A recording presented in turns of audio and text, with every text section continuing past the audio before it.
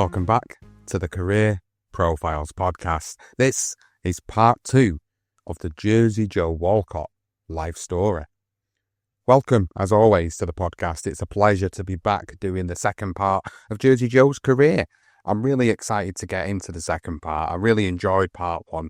There were so many little stories that I didn't know about Jersey Joe, and I hope that you guys listening also enjoyed it. I just want to say thank you firstly to those that did comment and was appreciative of the fact that we did Jersey Joe, and I didn't realise there was that many Jersey Joe fans out there, so it was really nice to see the feedback and hear about, their interpretation of Jersey Joe Walcott's story. And I hope you're back for part 2. I hope you are ready to listen to more stories in this episode about Jersey Joe's career and some of the more notable fights of his boxing career. We will be doing a part 3 as well, just to ensure that we get everything in there. So after this one will be a part 3, and that'll be Jersey Joe in its complete form. So before I get into the episode, I just want to tell everybody to ensure that if you haven't done already, is to make sure you have left a rating and a review. You can do that on Spotify now. You can leave a star review. You can leave a comment on the episodes. You can do the same on Apple now, of course. So it's really appreciated, those that have been doing it and been continuing to spread the word of mouth about the show. And for those that listen on YouTube, although YouTube's obviously a video platform, I do put the audio on there with an overlay, of course, and people do listen to it on there. So if you are a YouTube listener, thank you so much for listening on there. It is really appreciated. It just spreads the word of mouth again. And for those that comment on there, it really does help. So thank you very much for that. And thank you to those on Patreon, as always, for supporting us. I hope you've enjoyed early access to these episodes and all the other episodes on the network. So in the last episode, we left it at the end where Jersey Joe had one of the biggest wins of his career, one of the most notable wins of his career over Jimmy Bivens, who was on a real hot streak at the time. But that win over Jimmy Bivens just made it difficult for Jersey Joe. It made it more of a rough start for him on this trail that he was on, because he went and spent some time off with his family, and then all of a sudden, because of that win over Jimmy Bivens, nobody wanted to fight him. After much effort and weeks of negotiation, Team Walcott finally put together a match with the ranked contender Elmer. A date at Madison Square Garden had opened up due to the cancelled Sugar Ray Robinson and Marty Tippie championship fight. To get the fight, Bikikio and Webster had to put up a guarantee of $35,000 for Elmer to agree to fight Walcott. This meant that Walcott and his handlers would hardly make any money on the match. Of course, it was a gamble. If Walcott lost, it would mean a huge setback with very little profit. But if he won, it would guarantee Team Walcott a number of bigger fights and paydays. Mike Jacobs made the announcement that the fight was set for May the 24th. It was an exciting time for Jersey Joe. His fight with Elmer would mark the first time he would be fighting at the famous Madison Square Garden. Of course, it's every fighter's dream to fight at the Garden, and Jersey Joe at this point really had started to hit the big time. Elmer, as a fighter and as a human being, he was a bit of a joker, a bit of a clown. His approach to boxing and training probably could be compared to that of former heavyweight champion Max Bayer. Lee would often enter the ring in less than top physical shape, as indicated by his flabby midsection, and at times he'd goof off more than fight. During his fight with Bill Weinberg, both fighters were actually disqualified in the 7th round for clowning around. Elmer was often viewed as a fighter that could have been a very good fighter if only he had taken his career more seriously. At his best, he could compete with the top men in the heavyweight division, but at his clowning worst, he would lose to third-rate fighters. Now, the afternoon before the fight, there were rumours going around that Lee, again, wasn't in top shape and might not do his best. After hearing these rumours, Chairman Eddie Egan of the New York Boxing Commission went to Lee's dressing room and warned the fighter that no finny business would be tolerated. The rumours caused the odds on the fight to fluctuate wildly. By fight time, Walcott was a 13-5 favourite. So in their main event, Jersey Joe Walcott, the Brown Cinderella Man, took on loose leaf Elmer before a crowd of more than 11,000 roaring fans at Madison Square Garden. If people were unable to get to the Garden to see the fight live, they could listen to the blow-by-blow broadcast on the radio. The fight was available on WOLS 1230 on the radio dial, broadcast as part of the Gillette cavalcade of sports. The Elmer fight actually turned out to be a dull affair. Walcott ended up easily outpointing the out-of-shape Elmer, who again was described as flabby. In the first round, Walcott floored Elmer with a hard right, and from then on, Lee was on the run. Jersey Joe pursued the sidestepping, backpedaling Elmer for 10 rounds.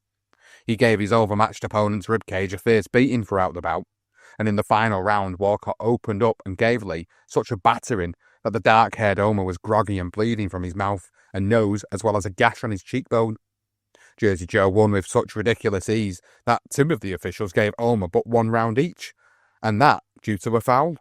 The third official was kinder, awarding Elmer 3 rounds. Now, although the crowd at the Garden was a nice turnout, it was short of the expected 18,000 because the railroads were tied up by a strike. So as a result, the fight didn't make as much money as anticipated. Felix Bacchicchio had to dip into the reserve money to cover the payment to Elmer, as Jersey Joe walked away with only $1,000 after that night's work. On July the 29th, Mike Jacobs announced that a match was now made between Jersey Joe Walcott and Tommy Gomez. Gomez, a World War II hero and Purple Heart recipient, was a tough fighter. While in the service, Gomez fought at the Battle of the Bulge. He was wounded during the battle just after the 310th Infantry crossed the Raw River on February the 6th, 1945. Tommy, along with a group of 9 volunteers, were sent on a mission to take out a German roadblock. During the assignment, the group ran into heavy German fire. While fighting in the battle, Tommy was hit by 16 pieces of shrapnel, as well as a machine gun bullet through his chest. The bullet missed Tommy's heart by just 2 inches. During his recuperation, the doctors that patched Tommy up said they would never fight again. Of course, Tommy proved them wrong by making a successful comeback after his discharge. Since his return to the ring after his time in the military, Tommy had scored 6 wins by knockout, 3 of those in the first round. Having fought through and lived through the Battle of the Bulge, Gomez said he was not afraid of any man wearing a pair of gloves. On August the 16th, 1946, at Madison Square Garden, Jersey Joe Walcott climbed into the ring with the power punching Gomez. The winner of the bout had a good chance of getting a title shot at Joe Louis.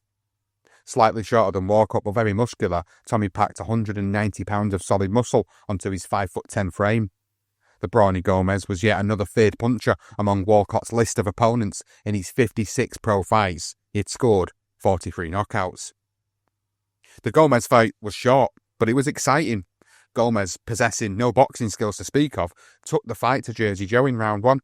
He came out with his fists swinging, looking for a knockout. But Walcott used his superior boxing skills to outbox and stay away from the swarming slugger. In the second, Gomez once again came straight in swinging.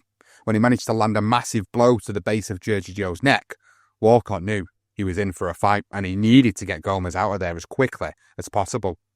Jersey Joe said, "The single hardest punch I ever stopped came from Tommy Gomez. The Tampa heavyweight, he landed a right half on my neck, half on the base of my skull behind my ear in the second. I clinched, it stunned me, and then hurt for a week afterwards. I decided to finish him as quickly as I could." Now, as hard as Tommy could hit, and as tough as he was no match for a boxer with the skills and ring generalship that Jersey Joe possessed. The cagey Walcott caught Tommy in the second and floored him. The count reached 5 as the round ended. Sensing that his opponent was ready to go, Jersey Joe burst from his corner in the third. He started the round quickly and floored Tommy with a hard right to the jaw for a 9 count midway through the session. Gomez got up, but was dropped again by a smashing right hand. Again, Tommy bravely rose, only to take more punishment on the ropes as Walcott mercilessly pounded his foe's midsection with bruising shots. The 11,600 fans were on their feet screaming loudly as referee Frank Fullman stepped between the fighters and put an end to the bout at 1 minute and 21 seconds of the third round. Walcott's take from the fight was $12,000. Jersey Joe was finally making big money, as he was mentioned regularly in the newspapers. It was around this time that Jersey Joe finally made enough money to be able to move his family out of poverty. After more than 30 years of hardship, he was able to purchase a 10-bedroom house in a very nice area of New Jersey, as well as a couple of Cadillacs. One could imagine how exciting it must have been for the Cream family, especially the children. After living in a small house and having to share a room with several siblings, it must have been thrilling for each child to have his or her own room. Never again would the Creams be hungry, cold, or cramped. After his victory over Gomez, Team Walcott found themselves perched precariously, and perhaps a bit apprehensively, on the brink of a title fight with Joe Louis. Louis, on the other hand, already had a date in September with Tammy Morello, so Jersey Joe would have to continue to wait. In the meantime, a fight between Elmer Violet Ray and Walcott was mentioned as a possibility, but that was about as far as the negotiations went. Ray's manager, Tommy O'Loughlin, claimed that he tried to get a match with Walcott, but that Walcott's manager turned him down. Perhaps Felix Bacchicchio didn't want to risk a shot at Joe Louis by matching Walcott with a thunderous punching Ray. Instead of a fight with Elmer Ray, Walcott was then matched with the slick but less powerful punching Joey Maxim. Maxim was a good-looking dark-haired Italian from Chicago by way of Cleveland and was a very good fighter. As an amateur, he won the National AAU Championship at middleweight as well as 2 Golden Glove titles.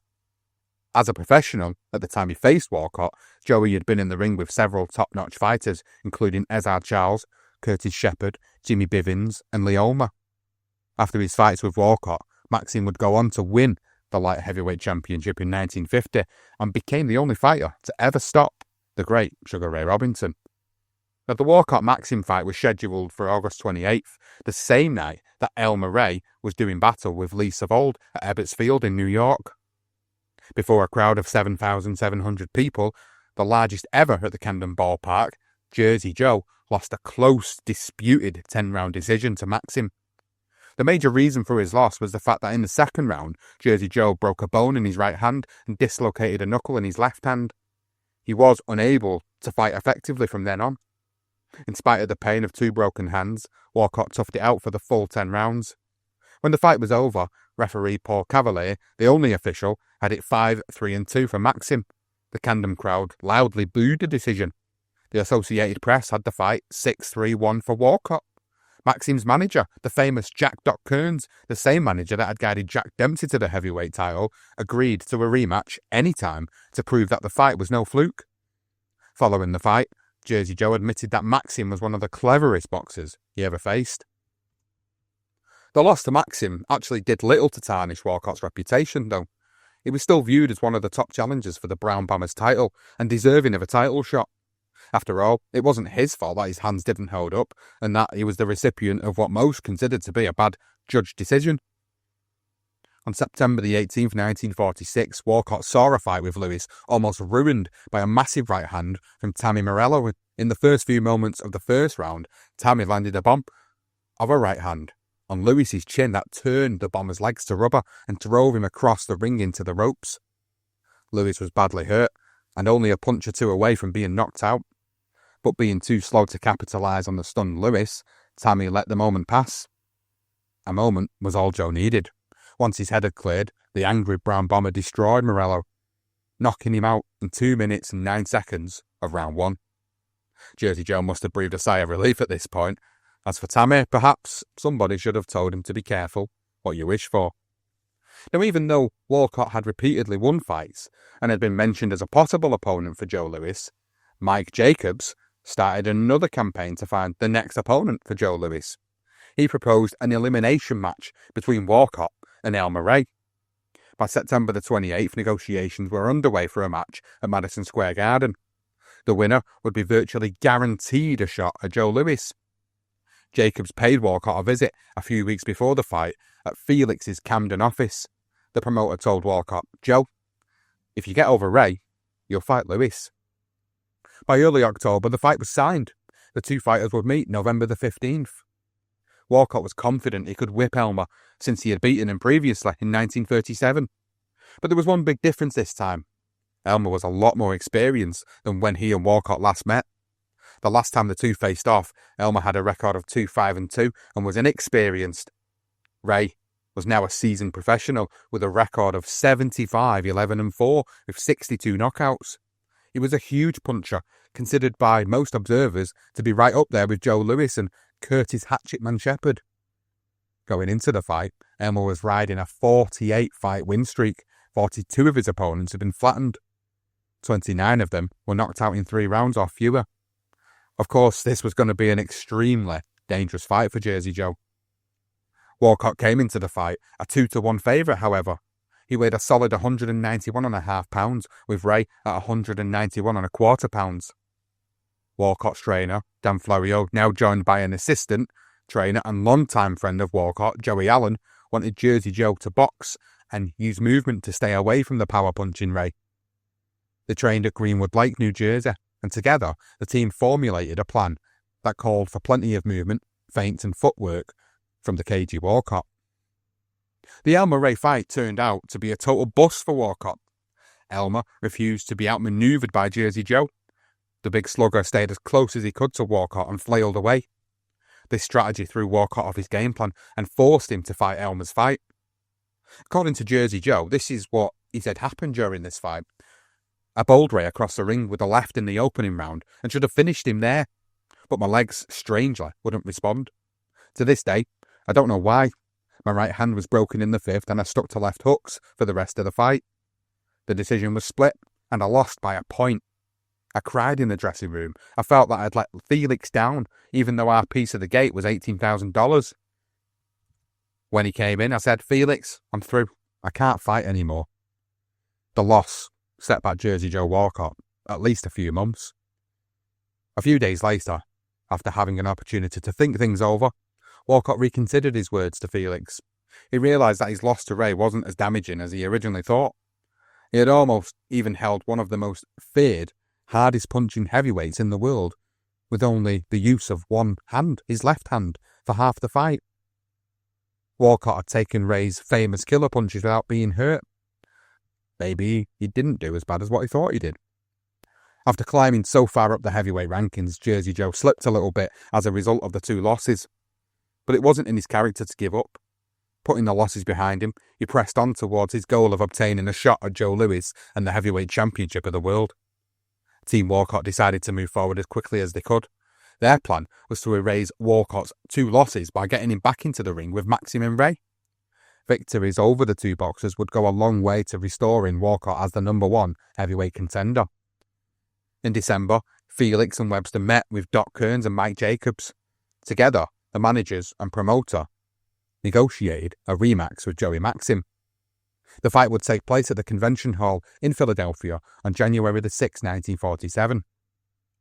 Over 9,000 fans showed up to see if the first fight between Walcott and Maxim was really a fluke.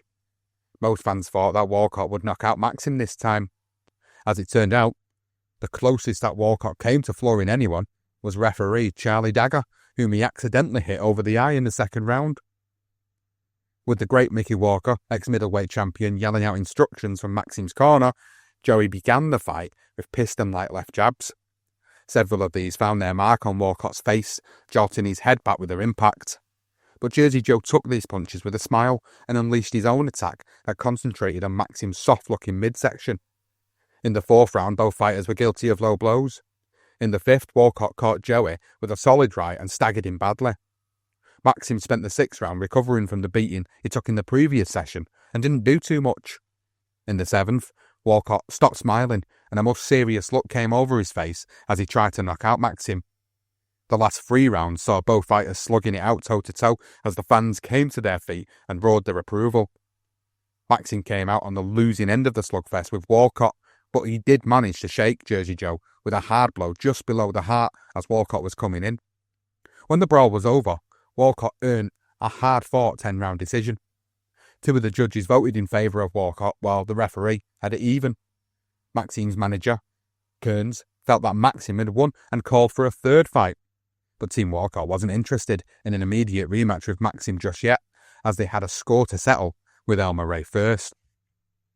In early February of 1947, the rematch with Ray was signed. The fight was scheduled to take place at the Orange Bowl in Miami. Walcott arrived a few weeks early to acclimatise himself and continue his training. Seats at the Orange Bowl were divided 50-50 between white people and black people. They were sold ranging from $3 to $12 apiece, with ringside seats being a little more expensive. It was the first boxing match ever held at the Orange Bowl featuring 2 black fighters. Elmer Ray was a slight 6-5 favourite. On the night of March 4th, Jersey Joe Walcott ended Ray's streak of 51 wins before a crowd of more than 10,000 fight fans. Walcott's experience and boxing ability were the keys to victory. Jersey Joe changed his stance often and used his famous walkaway move to throw Elmer off his game and disrupt his timing. Walcott used his slick move to draw Elmer into lefts and rights.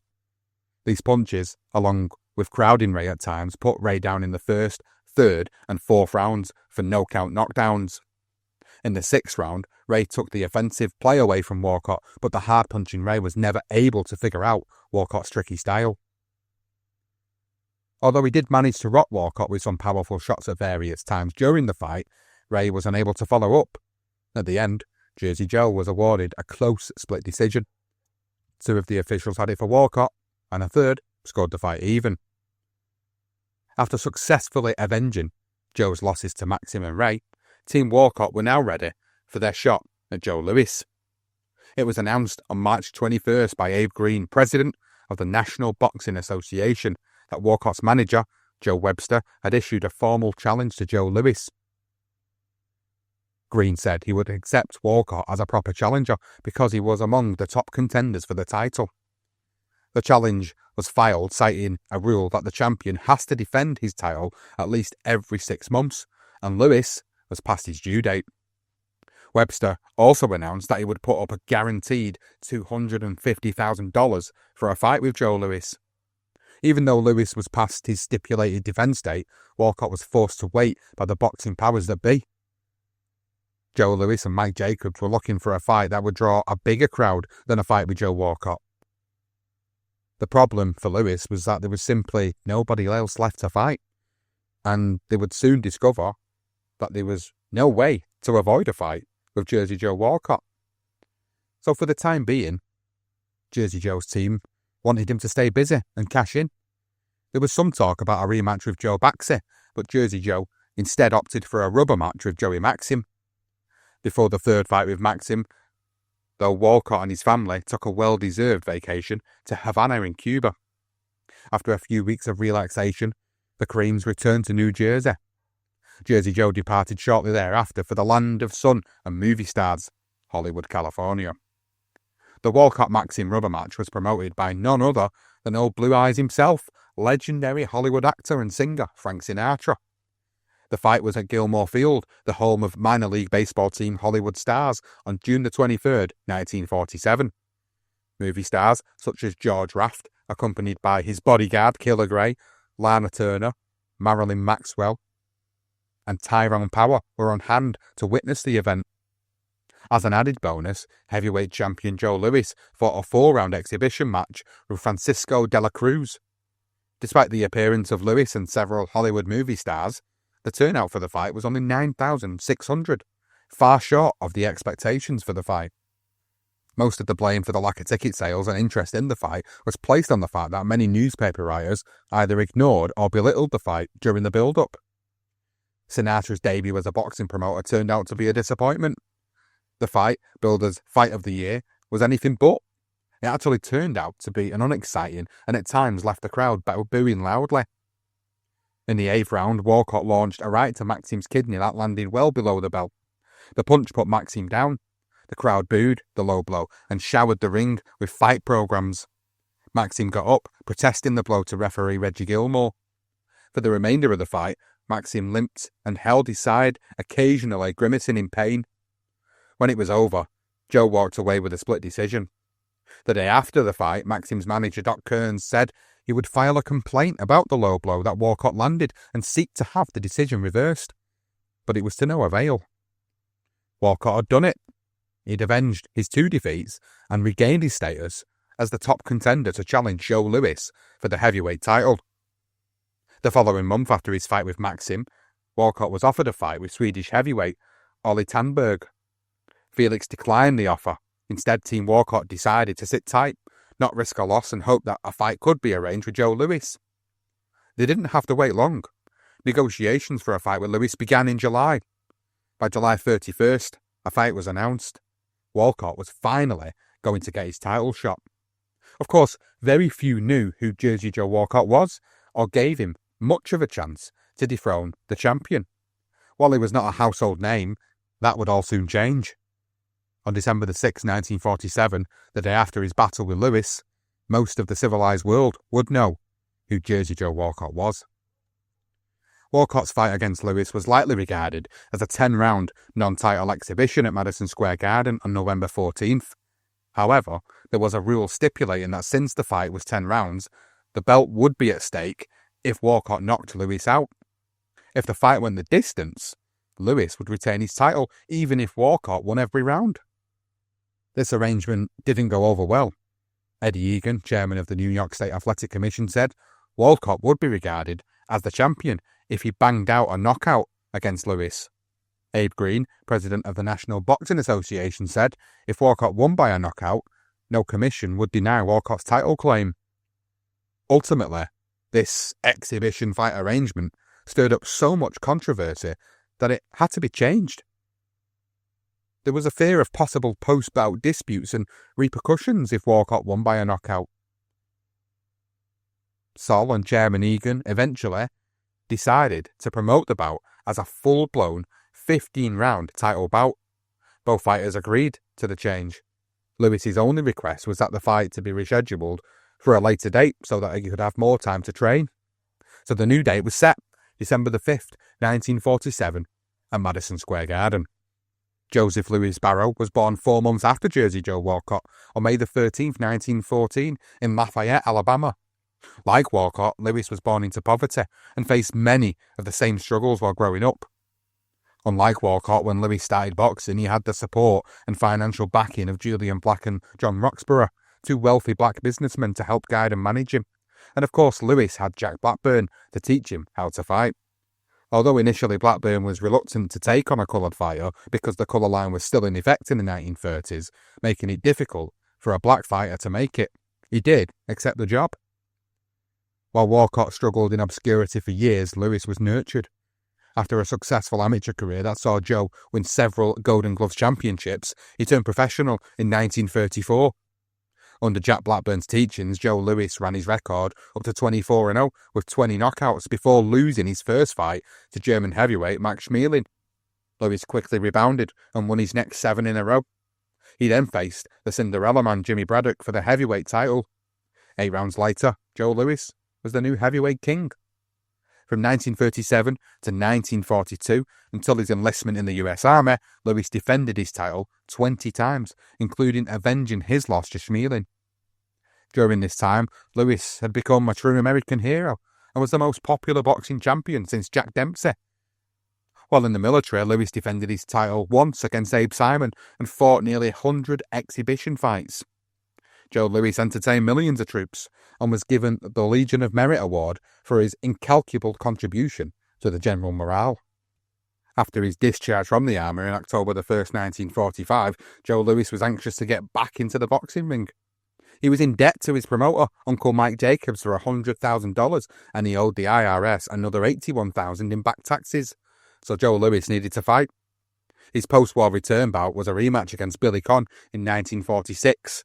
Louis and Conn had met previously in 1941 in a thrilling battle.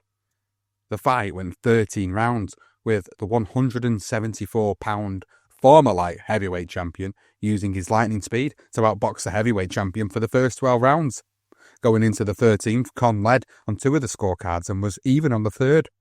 Instead of playing it safe and boxing for the last 2 rounds, Conn got cocky and then wobbled Louis with a big left hook. He decided to try and knock out the champion, which was a big mistake. Standing toe-to-toe with Louis, the lighter Conn was no match. The brown bomber began to land devastating lefts, rights and uppercuts. Tough as nails, Conn took some massive blows, but was eventually knocked out. Now, if you haven't heard the tale of Joe Louis and Billy Conn, you can do on our Legendary Nights podcast. Also, we have done a career profile on Joe Louis, so please, if you want to hear more and more information about Joe, go and listen to that podcast. Now, back to the story, and due to the excitement of the first fight between Joe Louis and Billy Conn, the second fight drew a huge crowd of over 45,000 and brought in nearly $2 million in revenue, but he failed to live up to the excitement of the first fight. Louis scored an easy 8th-round knockout over the now slower and heavier Conn and made $500,000 from the fight. Next up was that Tammy Morello fight, whom Louis took care of in 1 round and made several $100,000. After dividing the money and paying his debts, there wasn't much left, so Louis needed another fight. He asked Mike Jacobs to get him another opponent, and there was only one problem. Louis had now cleared out the heavyweight division. By 1946, he'd beaten everyone, at least everyone that would be a good draw for a decent payday. There was some talk of a tilt with Joe Baxi, but those talks fizzled out after Baxi was beaten by Swedish fighter Ollie Tamberg, who in turn turned down an offer as well to face Lewis. Every boxing fan and newspaper columnist underestimated Joe Walcott's boxing ability. They gave him no chance at all to beat Joe Louis. The question wasn't whether Lewis would win, the question was in what round would Lewis knock out Joe Walcott. The general consensus was that Joe Louis would beat Jersey Joe in 5 rounds or earlier. One reason the press and fans thought Walcott would lose so easily was because he had lost to some average and even below average fighters. In fact, he had lost to 2 of Lewis's knockout victims, Alator and Abe Simon.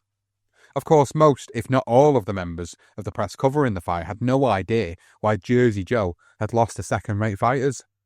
They didn't realise the terrible hardship he'd endured during his early career and how he'd fought at times on short notice with little or no training, or even enough food. They just assumed Jersey Joe Walcott wasn't very good. Walcott was also criticised because of his record, which was at this time 44-11-2. What the public didn't realise was that his record was very misleading. First of all, under different circumstances, it would have been much better. Secondly, Walcott had a lot more fights than were recorded on his record, and may have had several more wins. Some newspaper articles claim that Jersey Joe said he had about 130 fights. A conservative estimation is about 12 to 15 more than were on his record. Nobody will ever truly know for sure how many of his early fights went unreported, or how many times Walcott climbed into the ring in some tank town in order to feed his hungry family. It was during the fight build-up that the 1936 sparring session between Joe Walcott and Joe Louis came back to haunt both fighters. The story of Joe Walcott knocking Louis down during the sparring match caused quite a stir, and it actually helped to hype the fight a little bit. At the time, Lewis's response to the story was that he didn't even remember who Jersey Joe Walcott was. However, in his autobiography, My Life, Joe Louis wrote that he did remember Walcott and that he knew Jersey Joe was a damn good fighter. The fighters retired to their respective training camps to prepare for the title bout.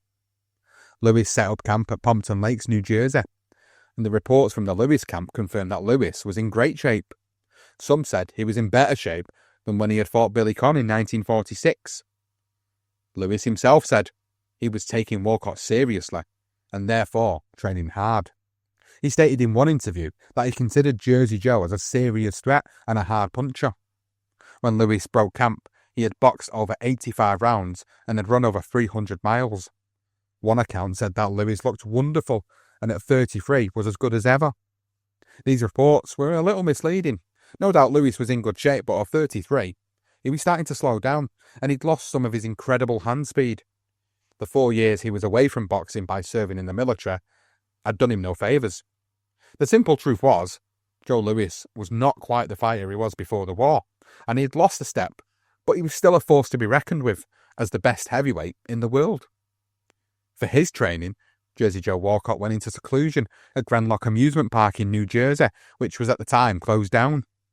Walcott rented the park and had a boxing ring and workout area set up in a large white building next to a lake. During his training, Joe's advisors kept him away from the press and allowed no interviews, although his workouts were open to the public. This was done on the grounds that they wanted Jersey Joe to fight Louis with the plan that Team Walcott had devised. They didn't want him receiving any well-intentioned but confusing advice that sometimes come with interviews. Walcott and his trainers, Florio and Joey Allen, worked hard on formulating a plan to fight Louis. Florio figured Louis would try to pressure Walcott, always coming forward. The last thing Dan wanted was for Walcott to get into a slugging match with the Brown Bomber. The fight plan was to have Jersey Joe use every trick in his impressive repertoire. It called for a lot of movements, including shoulder and hand feints, counter-punching, and his signature walk-away move. The line of attack was to confuse Louis with quick shifts and cute tactics. Jersey Joe would need to be in tremendous shape to fight 15 rounds with all his movement. To accomplish this, he was up every morning at the crack of dawn, running between 5 and 8 miles. While jogging, Walcott wore heavy-sole labour boots and often slogged through mud.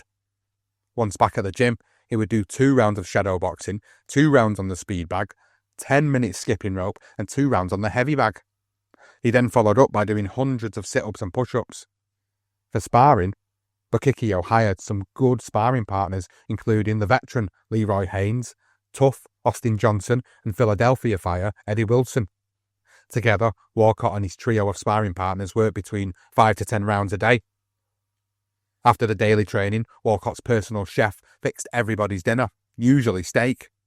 At times, Walcott would don the chef's hat and cook Saturday evening dinner for his siblings, trainers, and sparring partners. After dinner, Joe would frequently visit with his sisters and brothers, who often came to the camp, and together they would play cards and listen to the radio. Walcott and his team trained hard for 8 weeks. The reports coming out of his camp were that Jersey Joe was hitting hard and beating up his sparring partners. Head trainer Dan Florio said a few days before the fight, "He's in wonderful shape. He's better now than when he whipped Bivens in Cleveland a couple of years ago, and nobody gave him a chance then either." By fight night, Jersey Joe was a finely tuned fighter, hell-bent on winning the heavyweight championship of the world.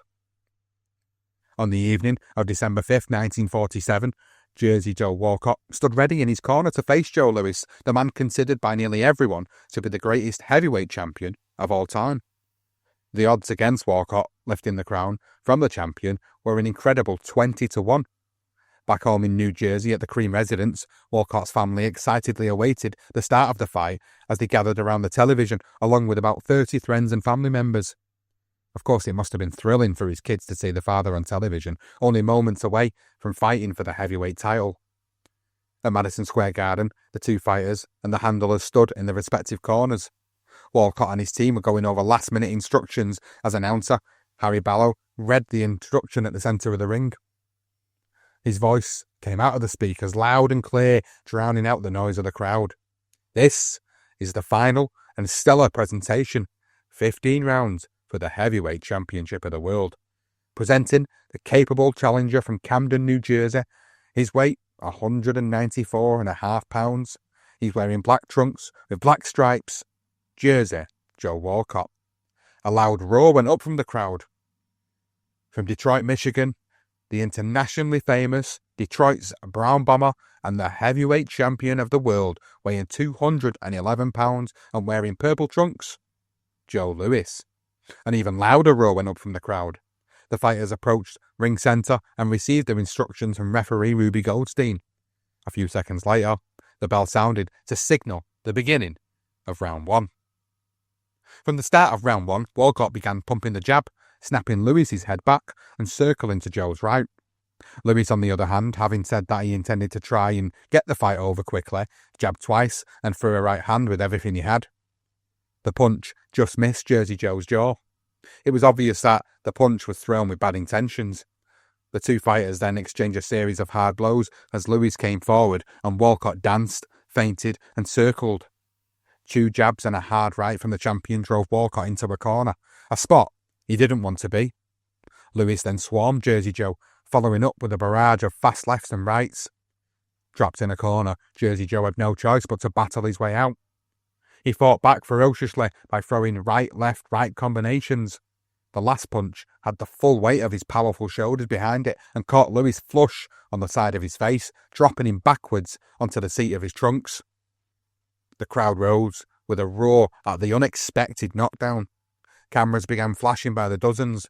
Louis, more surprised than hurt, was up at the count of 2. Once on his feet, he headed straight for Jersey Joe and threw a right-hand bomb that grazed Walcott's jaw.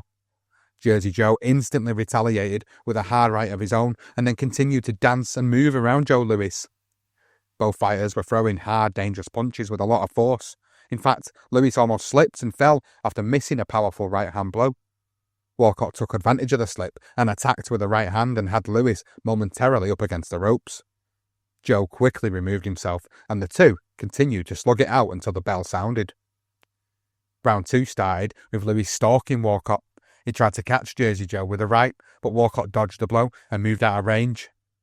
Joe bore in and forced Walcott up against the ropes, but Walcott tied Louis up, pushed him off, and again moved out of range. Jersey Joe then flicked out a quick jab and 2 hard right hands. The last right caught Louis on the chin and momentarily buckled the champion's knees. Louis continued to come forward but appeared a little less anxious to charge in and mix it up. His face was already turning red where Walcott had landed 2 rights. Jersey Joe was outboxing the champion with his tricky moves and beating him to the punch. By the end of the second round, Lewis had a frustrated look on his face. Walcott continued to outbox Lewis at long range in round 3 by backpedaling and sidestepping. Lewis did manage to catch Jersey Joe with a few long, sneaky jabs, but Walcott fired back with a left hook to Lewis's chin that shook the champion. Jersey Joe then danced around for much of the round in a manner that seemed to annoy and frustrate Lewis, but delighted the crowd.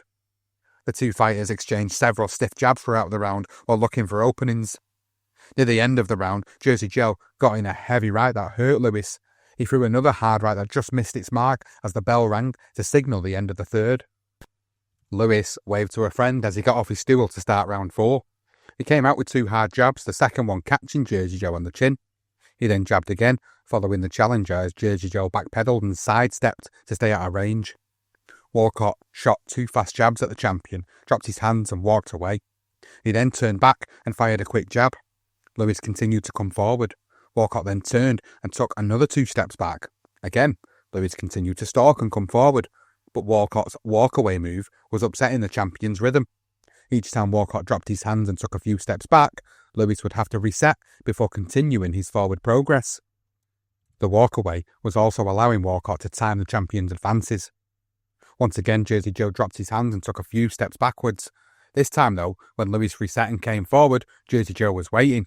He threw a perfectly timed right hand as the champion came in. The punch smashed into Lewis's face, all of Walcott's power and weight behind it. The blow knocked Lewis backwards and drove him to the canvas, putting the champion down hard. The Brown Bomber was hurt. He had run right into the punch. The crowd was on its feet as Lewis wisely took a count of 8. As soon as the champion was up, Walcott charged right in and threw a hard right hand that Lewis barely avoided. The champion tried to keep Walcott off by jabbing and holding, but Jersey Joe threw another right that caught Lewis on the right side of his head. Lewis tied up, charging the challenger again. Walcott pushed him off and fired a fast left-right combination that landed on the champion's face. Lewis wobbled and again held on to Walcott, but Jersey Joe was aiming for a knockout. He pushed Lewis off and threw another hard right hand that Lewis somehow ducked. Walcott kept the pressure on the champion for the remainder of the 4th round by throwing hard lefts and rights. The bell sounded. Of course, this was a great round for Jersey Joe. To everyone's surprise, Lewis began backing up a bit in round 5. The crowd shouted in awe at this phenomenon. Maybe Lewis was growing tired of chasing the elusive Walcott, and this was his way of trying to draw in the challenger. Maybe he needed some extra time to recover from the knockdown in the previous round. Whatever Lewis was attempting to do, Jersey Joe was having none of it. Walcott kept dancing and moving, refusing to be drawn in. The champion soon went back to chasing the challenger. At this point, Jersey Joe tried to draw Lewis into another devastating right hand by using his walkaway. But the champion wasn't taking the bait. Instead, he landed 2 jabs to Walcott's face. Jersey Joe retaliated with a left hook to Lewis's chin and then, for a portion of the round, switched his stance and fought left-handed. The 2 fighters exchanged stinging jabs. Lewis then landed a hard left hook to the head. Walcott came back with a fast right to the champion's body. Lewis subsequently landed his own hard right hook to Walcott's ribcage and sent over a left to the other side of Jersey Joe's body. Walcott backed up and connected with 2 fast jabs. Lewis jabbed back as the bell sounded. Round 6 started the same way as the 5th had. The champion again started backing up, trying to draw Walcott in. Jersey Joe spat contemptuously. He then fired a jab aimed at the champion's swelling left eye. Lewis fired one in return. Walcott shot over a right hand that Lewis blocked with his open glove. Walcott then connected with a left to the body. The champion landed 2 solid jabs, snapping Walcott's head back. Lewis stopped backing up and he began to stalk Walcott again. Joe threw and missed a hard left and right to Jersey Joe's head.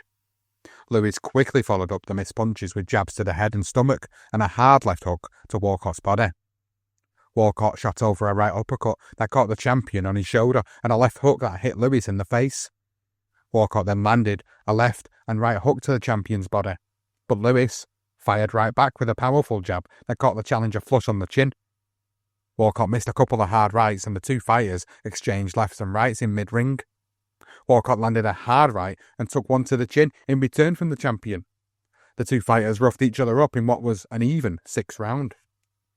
For the next couple of rounds, it was very much the same, very back and forward, but it was the 9th round that is believed to be the most significant of the fight. Now, after slipping from a Lewis jab, Walcott stung Joe with a right cross to begin the 9th round. Moments later, blood was flowing down the left side of Jersey Joe's face from a powerful Lewis left hook. Walcott was cut. The blood prompted Lewis to go on the offensive. The champion forced the action and hit Walcott with a long overhand right that hurt the challenger and drove him into the ropes. With Walcott pinned up against the ropes, Lewis came on strong by landing several crushing body blows. But Walcott fought back savagely, hurting Lewis with a right. Although hurt, Lewis showed a lot of heart and continued to hammer away at Jersey Joe. He caught the challenger with a hard right hand that wobbled Jersey Joe. Shaken up by the champion's two-fisted assault, it looked for a moment that Jersey Joe was on the way out, but the crafty veteran escaped off the ropes and landed a hard right hand to Lewis's face. The champion was momentarily hurt by the punch. Walcott then tried to box Lewis, but the two were soon swapping hard punches in an even exchange as the 9th round ended. The 9th round was really the turning point of the fight. Jersey Joe recalled in a 1948 article in the Saturday Evening Post, he said, "The round that won the fight for me, and the one that was the most misunderstood by ringsiders, was the 9th. For 2 minutes, stepping up the speed of my feinting, I found it possible to punish Lewis with long rights to the face. He landed 2 head punches that backed me against the ropes on the south side of the garden ring. This time, instead of going for my body, he decided to level straight for my head, but I fell into a rhythm with his lefts and rights. I rolled with every punch. Because I rolled with the punches, it may have looked like my head was rocking under the drive of his gloves. Meanwhile, I fired every time I straightened up and caught Lewis moving into my punches. I could have ducked out or sidestepped if I wanted to, but my fists were doing the real damage." The defending champion acknowledged that by backing away. The movies verify what I say. Lewis knew that he wasn't going to nail me that night. Perhaps sensing that he was a little behind, Joe Lewis was anxious to begin the 10th round. He was up off his stool even before the bell sounded. He came out wearily following the challenger, looking for an opening, but Walcott's defence continued to baffle the brown bomber as it had done all night. Walcott finally opened up with a long left that caught Lewis on the chin and made his legs a little bit shaky. The two fighters traded quick rights before Lewis was finally able to drive Walcott back into a corner. The champion landed a couple of hard body shots, but Jersey Joe quickly fought his way out of the corner, with Lewis in hot pursuit, firing jabs as Walcott retreated. Walcott continued to backpedal and sidestep for most of the round. His tactics seemed to confuse the champion. At times, Jersey Joe would stop his retreat and fire a wild punch that would often land. The two fighters would then exchange quick flurries of punches, and Walcott would get back on his toes and box the champion. Lewis continued to be the aggressor and kept after Walcott. He forced the action for most of the 10th round. By the time the 13th round came around, Walcott was seemingly ahead. Jersey Joe started the round with a right that grazed the champion's jaw and caused blood to flow from Joe's nose. Lewis kept moving in, following the crafty challenger who was dancing on his toes and firing jabs and an occasional right hand. Lewis tagged Walcott with 2 jabs to the head as Walcott backed away. The challenger then attacked by landing a right and 2 lefts to the champion's face. They exchanged right hooks and Lewis slammed a left into Jersey Joe's jaw. Walcott swung one from the bleachers but missed and fell. Quickly, Walcott sprang to his feet, and the two fighters exchanged a series of smashing blows in the centre of the ring. Walcott hit Lewis with a left and a right hook to the head. Lewis landed 2 jabs to Walcott's face, and as the end of the 13th round neared, the two fighters went at it toe-to-toe, throwing bombs as the bell rang. During the break between the 13th and 14th rounds, Dan Florio instructed Jersey Joe to box and to stay away from Lewis. Since Dan felt that Walcott was ahead, he didn't want him to take any unnecessary chances like Billy Conn did in his 1941 match with Joe Lewis. Florio knew that Lewis was a deadly finisher. Even though Lewis was behind, he was a dangerous fighter right up until the last second. The brown bomber could take out an opponent at any moment with a single murderous punch. Jersey Joe had to be careful. Walcott followed his trainer's instructions. He got moving as Lewis came out jabbing. Jersey Joe backed up and sidestepped, but the brown bomber was still able to force Walcott to the ropes and land some ripping body punches. Walcott quickly escaped and continued to box beautifully. He was on his toes, dancing, sidestepping and backpedaling. He flicked out the occasional jab and quick flurries of punches, and at times he would stop and the two fighters would exchange a few hard punches, but then Walcott would get back on his toes and dance away. An exhausted Lewis could do nothing but follow the elusive Walcott to try and catch him. During the break, before the final round, Dan Florio reminded Walcott to stay away. And that's what Jersey Joe did during the 15th and final round. He danced around like a dervish with the champion in hot pursuit. Lewis got jolted with a jab that blooded his nose and had difficulty catching up with the challenger. The crowd began to boo Walcott's retreating tactics. Lewis continued to follow Walcott and miss punches. Jersey Joe made little effort to fight during the final round. Instead, he sidestepped and backpedaled and danced away. There were only a few brief exchanges of punches throughout before the bell sounded, signalling the fight was over. The exhausted fighters went to the corners. Felix Pacquiao, Webster and Dan Florio immediately swarmed Walcott and embraced him, each thinking, as most did, that Jersey Joe had just pulled off a huge upset and won the heavyweight title. Lewis, on the other hand, disgusted with his performance and probably thinking that he'd just lost his title, wasted no time in attempting to leave the ring even before the official decision was announced. His handlers stopped him before he could get away. They explained that if he left, he could be disqualified. Lewis then donned his robe and awaited the official verdict. Announcer read the decision. Judge Frank Forbes scores 6 rounds for Walcott, 1 round even, 8 rounds for Lewis. Referee Ruby Goldstein scores 7 rounds for Walcott, 2 rounds even, 6 rounds for Lewis. Judge Martin Monroe scores 9 rounds for Lewis, 6 rounds for Walcott. And the winner, by majority decision and still the heavyweight champion of the world, Joe Louis. The response from the crowd of the Garden was instantaneous. The 18,000 fans voiced their disagreement with loud, thunderous booing. Trainer Dan Florio could be seen holding his head in his hands in disbelief. Jersey Joe and his handlers were shocked at the outcome. A moment after the decision was announced, Lewis walked over to Walcott's corner and approached Jersey Joe. "I'm sorry, Joe," was all that Lewis said to him. Walcott took this as an admission of defeat on Lewis's part.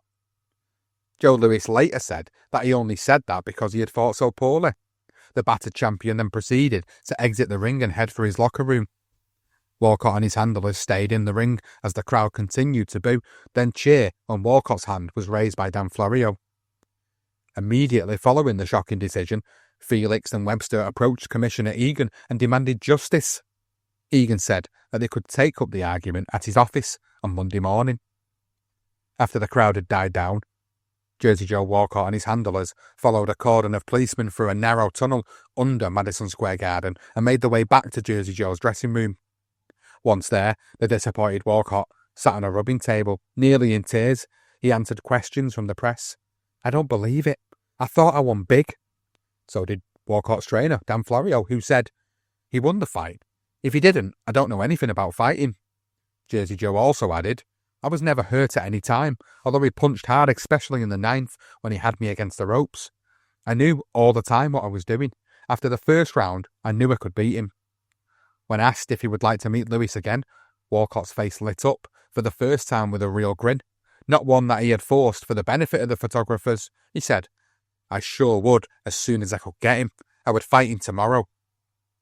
Across the hall from Walcott's dressing room, the battered champion was being examined by doctors and questioned by the press. Lewis was in a little bit of a mess. His left eye was completely swollen shut and had a cut below it. His lips were smashed and swollen, as was his jaw. His right hand was also bruised and puffed up. The examining physicians were sure that the hand was broken. "Do you think Walcott was a second-rate fighter tonight?" asked one of the members of the press. "No, I was," replied Lewis. When asked about a rematch, Joe Louis said, "He deserves one." As to why he tried to leave the ring before the decision, Lewis said, "I was disgusted with myself." After getting cleaned up and answering questions, Lewis was taken to the hospital for further examinations. Despite the disappointing loss to Joe Louis, the fight was still a victory for Jersey Joe. He had taken the great Joe Louis to the edge of defeat and was only the 3rd fighter to go the full 15-round distance with the champion. Jersey Joe had given Joe Louis the worst beating he'd taken since his loss to Max Schmeling 10 years before. As a result of the fight, Walcott became an international celebrity overnight. His performance earned him the best sports comeback of 1947. His comeback overshadowed the fine comebacks by the New York Yankees' Joe DiMaggio, George McQuinn, and the California football team. Finally, after 17 years of anonymity, Jersey Joe Walcott was famous. Many years later, in an interview, Walcott revealed his feelings about the Lewis fight and its outcome. He said, "Like thousands of people who saw it, I thought I won the fight. I thought I won big, but out of my respect and admiration for Lewis, I never felt bad about not getting the decision. He was such an idol to the world. I think that anyone that dethroned him would be the most hated guy in the world." A rematch with Joe Lewis was a natural, but first, there was the backlash of the unpopular decision to deal with and a meeting to appeal the judge's decision. The day after the 1947 fight against Joe Lewis, Jersey Joe Walcott and his handlers arrived to a hero's welcome at Central Airport in New Jersey. A few thousand fans and a 15-car caravan headed by Camden Mayor George E. Bruner waited to lead Walcott, the uncrowned champion, and his team on a triumphant welcome home parade through downtown Camden. The mayor, who had telegraphed his protest to the New York State Athletic Commission, said, "The Camden Commissioners, Chamber of Commerce, business and sports figures have joined to make Jersey Joe's homecoming the most outstanding demonstration ever held for a Camden athlete." Jersey Joe had very little time to enjoy all the attention coming his way. His weekend was busy. On Saturday, he was taking care of one of his children who had become ill and answering phone calls from friends and family members who wanted to congratulate him and talk about the fight. On the Sunday, he met with Webster and Felix at the Camden Athletic Club to plan their appeal. Commissioner Egan couldn't ignore the hundreds of calls and telegrams from angry fans, flooded, claiming that Jersey Joe was robbed and that something needed to be done. After speaking with Webster and Walcott on the phone, Eddie set up a meeting for Monday. Team Walcott arrived on Monday afternoon and pleaded their case before the Athletic Commission in an attempt to have the decision overturned. Later, in an interview, Jersey Joe summarised his appeal. He said, "We made it clear that we did not question the integrity of the officials, but we added, we contend that Mr. Forbes, the judge, scored the contest for Walcott but failed to properly record the conclusion he was constrained to make under the boxing rules of the commission. We challenged Mr. Forbes particularly because he scored 12 points for me, 9 for Lewis, and yet voted for Lewis on the grounds that Lewis had taken 8 of the rounds. Forbes' decision, together with that of Judge Martin Monroe, overbalanced referee Ruby Goldstein, who voted for me. We cited a rule which states that the winner of a lesser number of rounds may be awarded the decision, wherein the judgment of the ring officials said contestant has inflicted the greater amount of damage and has proven his superiority over his opponent during the contest and finished in better physical condition. A sentence added to that, the same rule, as recently as 1945, served as a basis for our case. The total points of such a winner over a fewer number of rounds shall be more than those of his opponent.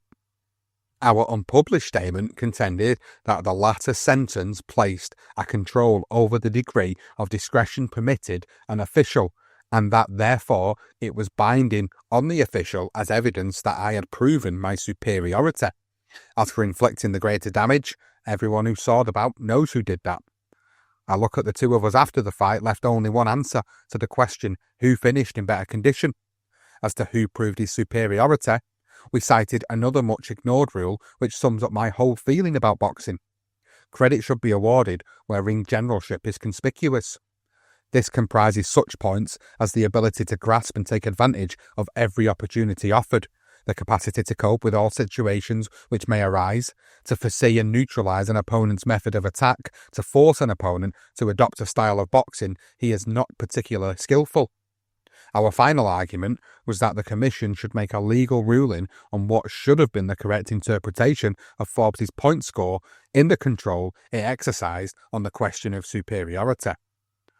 Now, despite that convincing argument that was presented by Joe Walcott and Webster, there was no way the decision was going to be changed. The two men sat silently at the long meeting table as Commissioner Egan informed them that the decision would stand. In short, Egan said, the Commission has no desire to interfere with the exercise of the discretion and judgment of competent appointed officials. The Commission did. however, congratulate Walcott on his splendid performance. Commissioner Egan then added that since Joe Louis has always been a true sportsman, the New York Commission assumes that Louis will give Walcott another chance. Neither Walcott nor Webster had any comment on the Commission's ruling. If Jersey Joe wanted the title, he would have to face Louis again. As early as 2 days after the fight, Joe Louis was agreeing to a rematch with Walcott. He didn't like the outcome of the first fight, saying that he was disgusted with the way he'd fought. He blamed his poor performance on the fact that he had been overly concerned with his weight. Against the advice of his trainer, Manny Seaman, Louis ate and drank very little food or water for 2 days prior to the fight. He had dried out in an attempt to come in at a respectable weight. Louis said that doing so had left him feeling weak during the fight and that the next time he would be in better shape. Joe was not accustomed to the negative reaction from the press and his normally adoring fans. Ultimately, Louis wanted to retire after the first fight with Walcott, but knew that he couldn't do it on such a sour note. He would have to face Walcott again. However, this time he said he would retire, win or lose. He said, "On my word of honour, I will retire. Win, lose or draw. I've had enough." He also added, "I've been around a long time." Plans for a June 1948 rematch were quickly underway. On January the 31st, 1948, Walcott took a break from negotiations to celebrate his 34th birthday. A party was put on at Merchantville High School where several hundred friends and family members showed up to mingle with the champ, as he was known, and to wish him well in his rematch with Joe Louis. Despite being another year older, Jersey Joe Walcott said, "I've never felt better in my life." By mid-February, the Walcott-Louis match was all but set. There were reports that a rematch could possibly net a $2 million gate. There had only been 2 of those in the history of boxing at this point, Dempsey-Tunney 2 in 1927 and Lewis-Conn 2 in 1946. There was just one problem. Walcott and his team were not happy with the terms of the contract being offered. The contract stipulated that Walcott would receive 20% of the proceeds from the net gate and television, and 22.5% of profits from radio and movies. Louis would receive 40% of all proceeds. Team Walcott decided to hold out, hoping to fatten the deal, but eventually were given a 2-week deadline by Joe Louis, who threatened to instead sign to fight light heavyweight champion Gus Lesnovich. Louis said, "You'd think Walcott was the champion, the way he wants to call the shots." In the end, Joe Walcott reluctantly accepted the one-sided contract. He made his acceptance public on February 26, 1948, at a ceremony put on by Harold H. Roswell, publisher of the Police Gazette magazine, and Camden Mayor Bruner. The ceremony was held at the Camden Convention Hall with the purpose to present Walcott with the Police Gazette's World Championship belt. The Police Gazette said it believed Walcott had beaten Louis in December of 1947 and recognised him as champion. Walcott, dressed in his black and white fight trunks and robe, was presented with the diamond-studded belt before 7,500 fans. He gave a speech and confirmed that he would fight Louis again, even though he was not particularly pleased with the contract, and postulated that Joe Louis, the 20th Century Boxing Club and the New York Boxing Commission were, in his words, trying to be dictators of boxing in this country. The next day, Team Walcott left for New York. On February 27th, 1948, at the 20th Century headquarters in New York, Walcott signed the preliminary contract at 2 p.m. and posted the required $5,000 guarantee that he would show up. The official signing took place on April 14th. The rematch was scheduled for June 23rd, 1948 at Yankee Stadium, an outdoor venue rather than the indoor Madison Square Garden site of the first fight. After his fight with Joe Louis, he was a very busy man. From December throughout March, he spent time with his family, he went to church, negotiated the rematch, made guest appearances, fought exhibition matches, and even refereed fights. On December 22nd, Walcott was at the Boston Garden, refereeing a tilt between Bob Montgomery and Joey Angelo. In February, Jersey Joe refereed the amateur semi-final and main event matches for a charity event put on by the March of Dimes in Beckley, West Virginia. Then he was on to Charleston, South Carolina, where he refereed an amateur match put on by the Black Branch YMCA Building Fund. He was a guest speaker at the event as well, telling children who were interested in boxing about his much-disputed match with Louis. And then March 10th, Walcott made his first appearance in the boxing ring in Chicago when he fought a 4-round exhibition fight with his sparring partner, Austin Johnson. Jersey Joe enjoyed his time off, but as April approached, it was time to set up training camp. Team Walcott set up camp in Granlock Park on April the 15th, complete with signs that read, Training Camp of the Champ. Walcott spent the first 2 weeks primarily doing road work and calisthenics.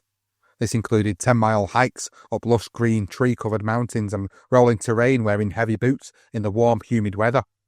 After 2 weeks of intense road work, his camp was open to the public and he began sparring sessions on May the 2nd. Walcott and his handlers anticipated larger crowds and more press coverage than last time. In preparation, there was an outdoor workout area erected with plenty of seats where large gatherings of fans and the press could watch Jersey Joe skip rope, pound the heavy bag, spar or conduct interviews. For sparring, Walcott once again called on Austin Johnson, and he also hired ex-opponent Curtis Hatchetman Shepherd, as well as newcomers Billy Norris, Charlie Robinson and Cliff Dyes.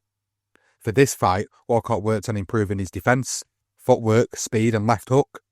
At times during sparring he would wear heavy boots as well as heavy tights around his waist and legs to use the extra weight to make him faster. To improve his footwork and speed, Walcott went through footwork drills with the fastest man in the camp, Florida middleweight Cliff Dyes. The training that Jersey Joe put himself through was intense.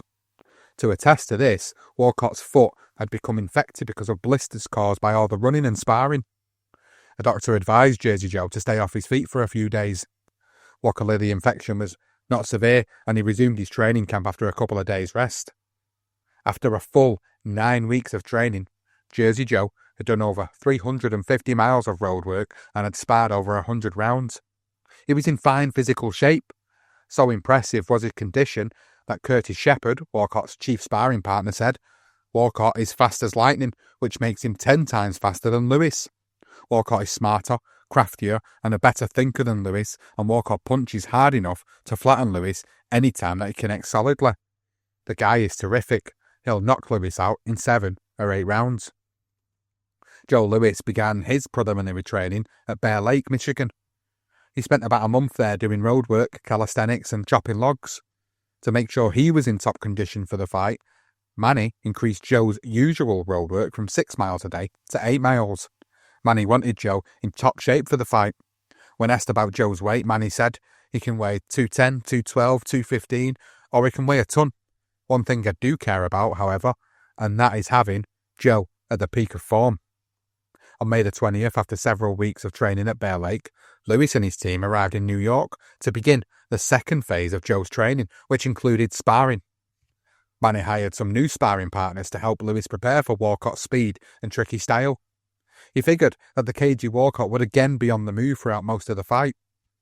To prepare Lewis for this, Manny wanted fast sparring partners, preferably ones that could run the 100-yard dash in at least 10 seconds. He found one, Richard Hagan, a 20-year-old Chicago Golden Glove champion of 1947.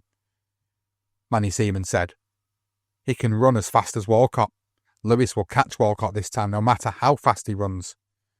Manny also hired Tiger Roy Taylor, who was extremely fast and had a style of fighting that was similar to Walcott's. With the help of his new sparring partners, Lewis got himself into great shape. As the fight neared, both fighters expressed their confidence.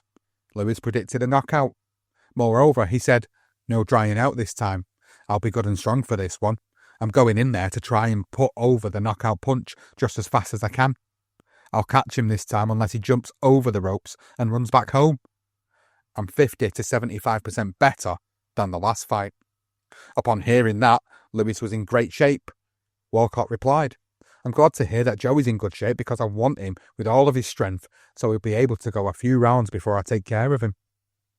Several ex-fighters gave their predictions of the fight's outcome.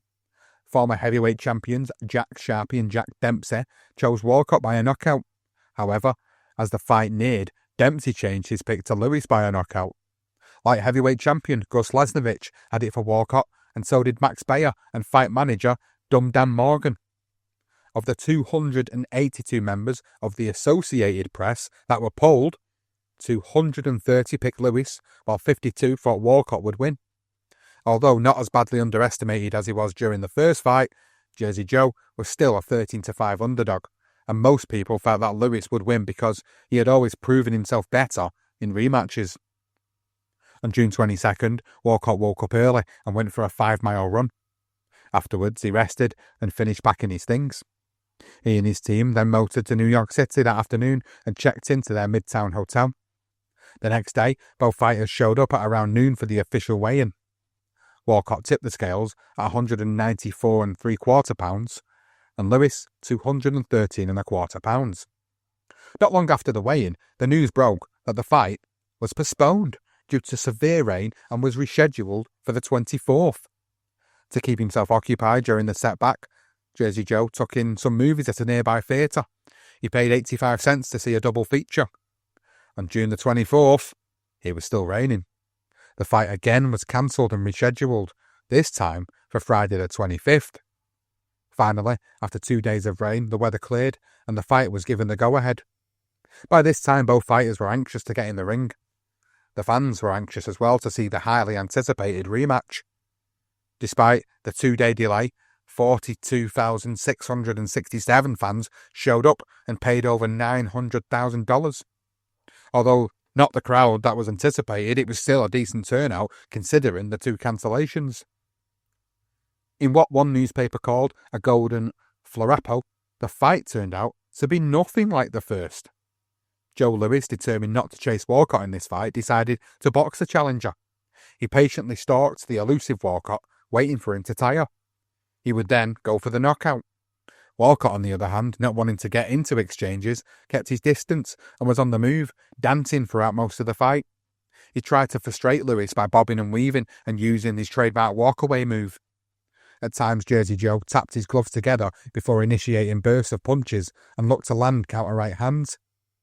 These strategies made for an unentertaining fight. The crowd booed throughout most of the fight, except on the rare occasion when there was an exciting exchange. In the third round, Walcott gave the crowd something to cheer about when he caught Lewis with a smashing right to the jaw that dropped the champion onto his haunches for a count of 1.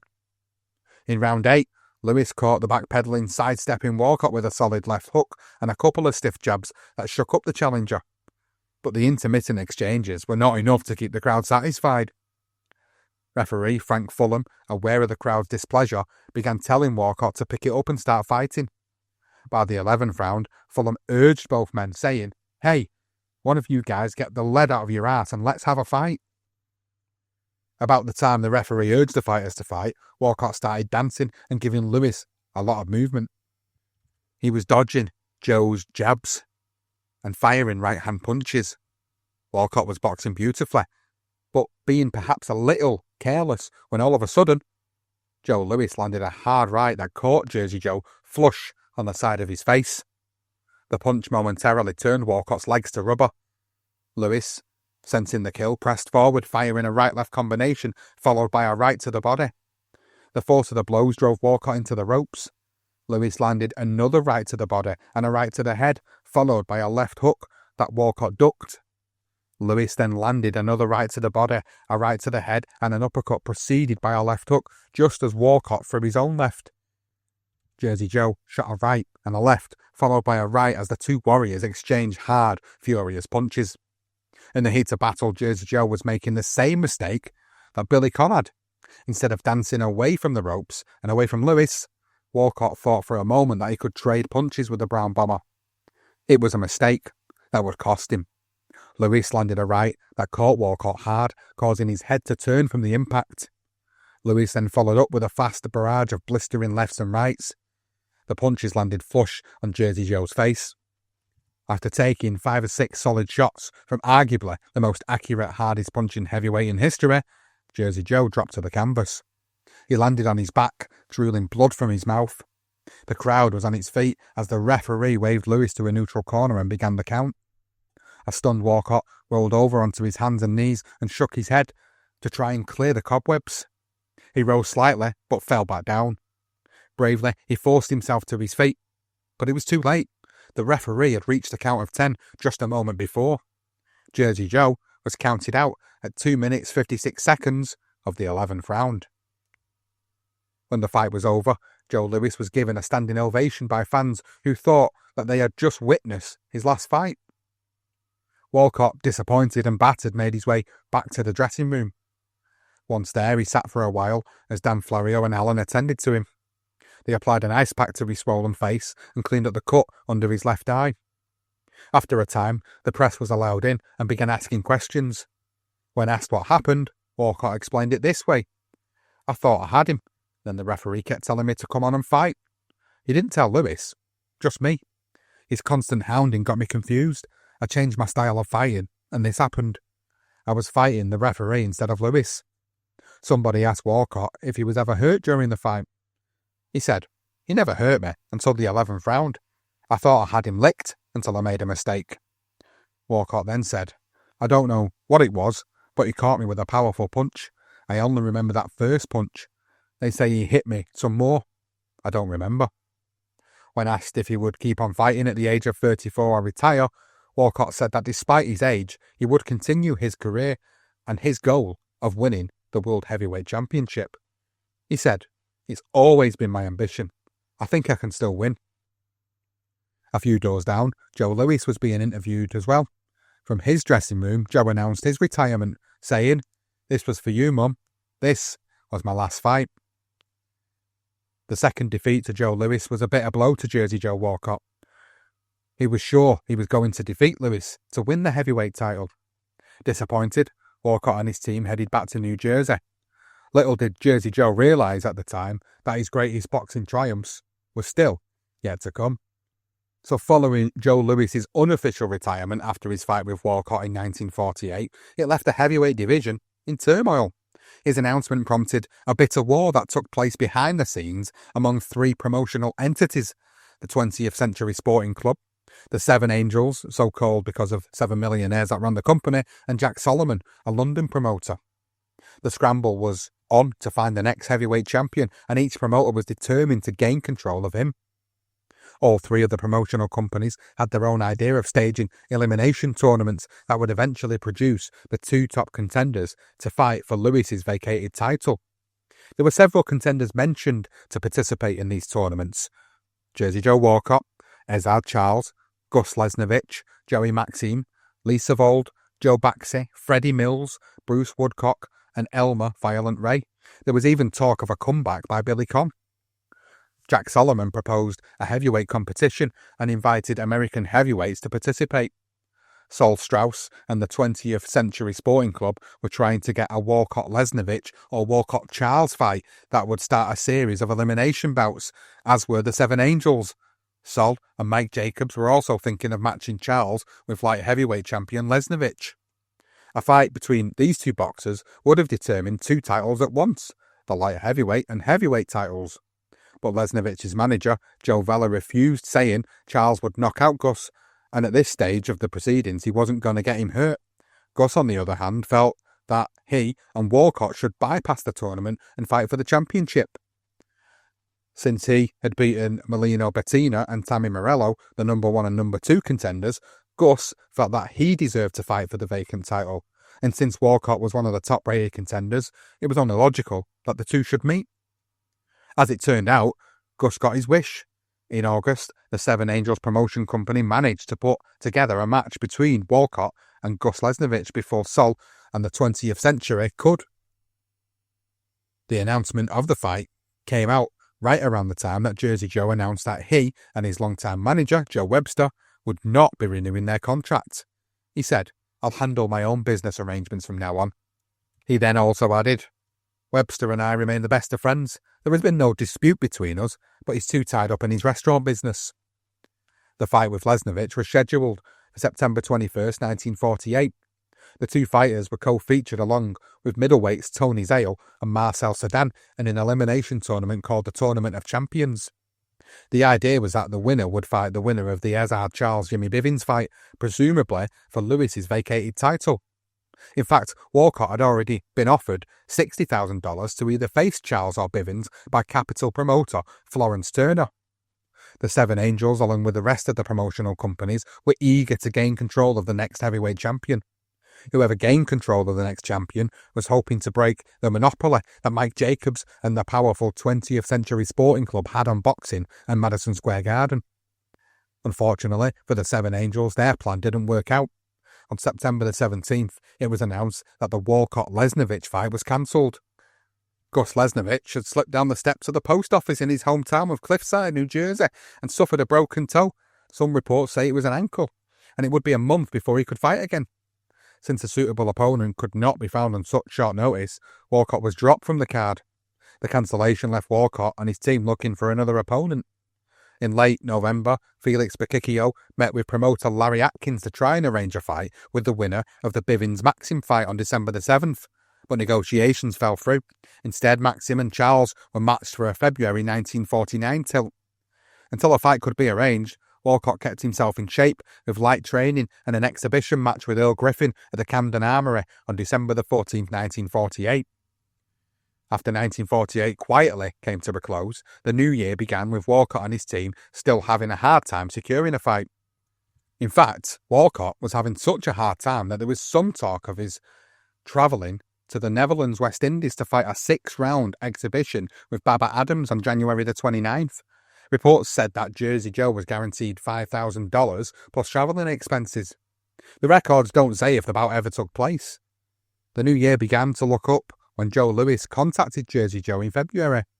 Louis wanted to know if Walcott would be interested in a fight with Ezzard Charles for the vacant World Heavyweight title. Of course, Walcott and his team jumped at the opportunity. On March the 1st, 1949, Joe Louis called a press conference and officially announced his retirement from boxing. He would now be turning his attention to promoting fights. Shortly after his last fight with Walcott, Louis, along with Arthur M. Wirtz and James D. Norris, two wealthy businessmen from Chicago, formed a promotion called the IBC, or International Boxing Club. Once the partnership was formed, Louis asked for and was granted permission by the National Boxing Association to promote a title fight for his vacated title. Like James J. Jeffries did after he retired as undefeated champion in 1905, Joe Louis chose the two fighters he felt deserved to fight for his title. Louis decided on Jersey Joe Walcott and Ezzard Charles, the two most outstanding contenders. The fight was scheduled for June 22nd at Comiskey Park in Chicago. Now, we have previously done a career profile on Ezzard Charles, so if you haven't heard it, please do go back and listen to it. But just a little bit of context for those who don't know much about Ezzard. He was born Ezzard Mac Charles on July the 21st, 1921, in Lawrenceville, Georgia. He was named after the doctor who delivered him. His middle name came courtesy of his grandfather. When Ezzard was 9, his parents split up and he went to live with Maud Foster, his grandmother, and Belle Russell, his great-grandmother, in Cincinnati, Ohio. Charles started boxing in high school as a featherweight. He had an extremely successful amateur career, going 42-0 and winning several amateur championships. In 1938, he won the amateur diamond belt. He followed this up, winning both the Chicago Tournament of Champions and the National AAU Middleweight Championship in 1939. After he turned professional in 1940, he began his career with a 4th-round knockout of Melody Johnson. Ezzard ran his record up to 15-0 before losing his first fight to the vastly more experienced ex-middleweight champion Ken Overlin. Putting the loss behind him, Charles continued on up through the middleweight ranks by facing and defeating some great fighters, including the much feared and avoided Charlie Burley, all while developing his extraordinary skills and building a record of 30 wins, 4 losses and a draw. Besides boxing, the soft-spoken and humble Ezzard had many other interests, including reading, hunting, fishing and rooting for his favourite baseball team, the Brooklyn Dodgers. He was also a very talented painter and a bass fiddle player good enough to regularly play with famous jazz and blues musicians. Of course, then, there was the interception of World War II, which interrupted his boxing career in 1945. He was then drafted into the US Army and served in Italy. As a result, the Cincinnati Cobra was out of ring action for all of 1945. Once the term of his service reached conclusion, Ezzard returned to boxing, but during the time spent in the military, he'd matured physically and was no longer a middleweight. On February the 18th, 1946, the Cincinnati Cobra entered the ring as a light heavyweight. He scored an easy second-round knockout of Al Sheridan. He continued on, defeating the best light heavyweights and heavyweights in the game.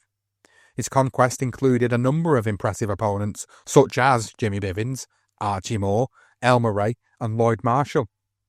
In 1948, Ezzard's march towards a title was halted by an unfortunate tragedy. Charles fought a fighter named Sam Barude and knocked him out in the 10th round. Sam never regained consciousness and died 6 hours later of a cerebral hemorrhage. Ezzard was devastated by the death and nearly quit the ring. He was eventually talked out of quitting and resumed his career. First, though, he fought a charity bout with all the money going to Sam Barude's family. Charles then continued on after the death of Barude, although some say that he was never quite the same, never quite as aggressive. It's also been said that Charles lost a little bit of the killer instinct as well. By the time he and Walcott met, Ezzard had amassed an impressive 65-1 record. The Cobra was 27 years old and at his peak. Jersey Joe, at age 35, would have to be in top condition to beat him. To get into top condition, Joe Walcott began training on May the 1st at Grand Lock Park, which was now Jersey Joe's regular training spot. He did road work and chopped tree trunks and logs for a couple of weeks. During this time, Felix Picicchio and Dan Florio made some trips to Chicago to scout for prospective training sites. They eventually chose Peaceful Valley Country Club near Momence, Illinois. The club was about 12 miles from where Charles had set up his camp at the Sunset Hill Golf and Country Club. On May the 20th, Walcott and his entourage arrived in Chicago and began setting up camp to prepare for the June 22nd fight. About a week after Walcott began training, Picicchio decided to pay the Cincinnati Cobras camp a visit. On a sunny Saturday afternoon, he caused quite a stir when he showed up at the enemy's training site to watch Ezzard spar. Upon noticing Felix sitting in the stands, Charles's manager, Jake Mintz, a balding, middle-aged, excitable ex-pug, accused Felix of spying. A heated verbal exchange between Picicchio and Mintz commenced as the two criticised each other's fighter. Mintz told Felix, "See that your Walcott quits his fancy stepping and dodging so my ball can get this fight over in a hurry." Picicchio snorted his reply, "Your boy Charles is too light to be fighting for the heavyweight title." Felix was subsequently run out of the camp. A few days later, possibly in retaliation, Mintz stole into Walcott's camp. After observing Jersey Joe's workout for a while, Mintz began taunting Walcott, boasting that Charles would win easily. Mintz's snide remarks eventually angered Felix, who was known to be hot-tempered.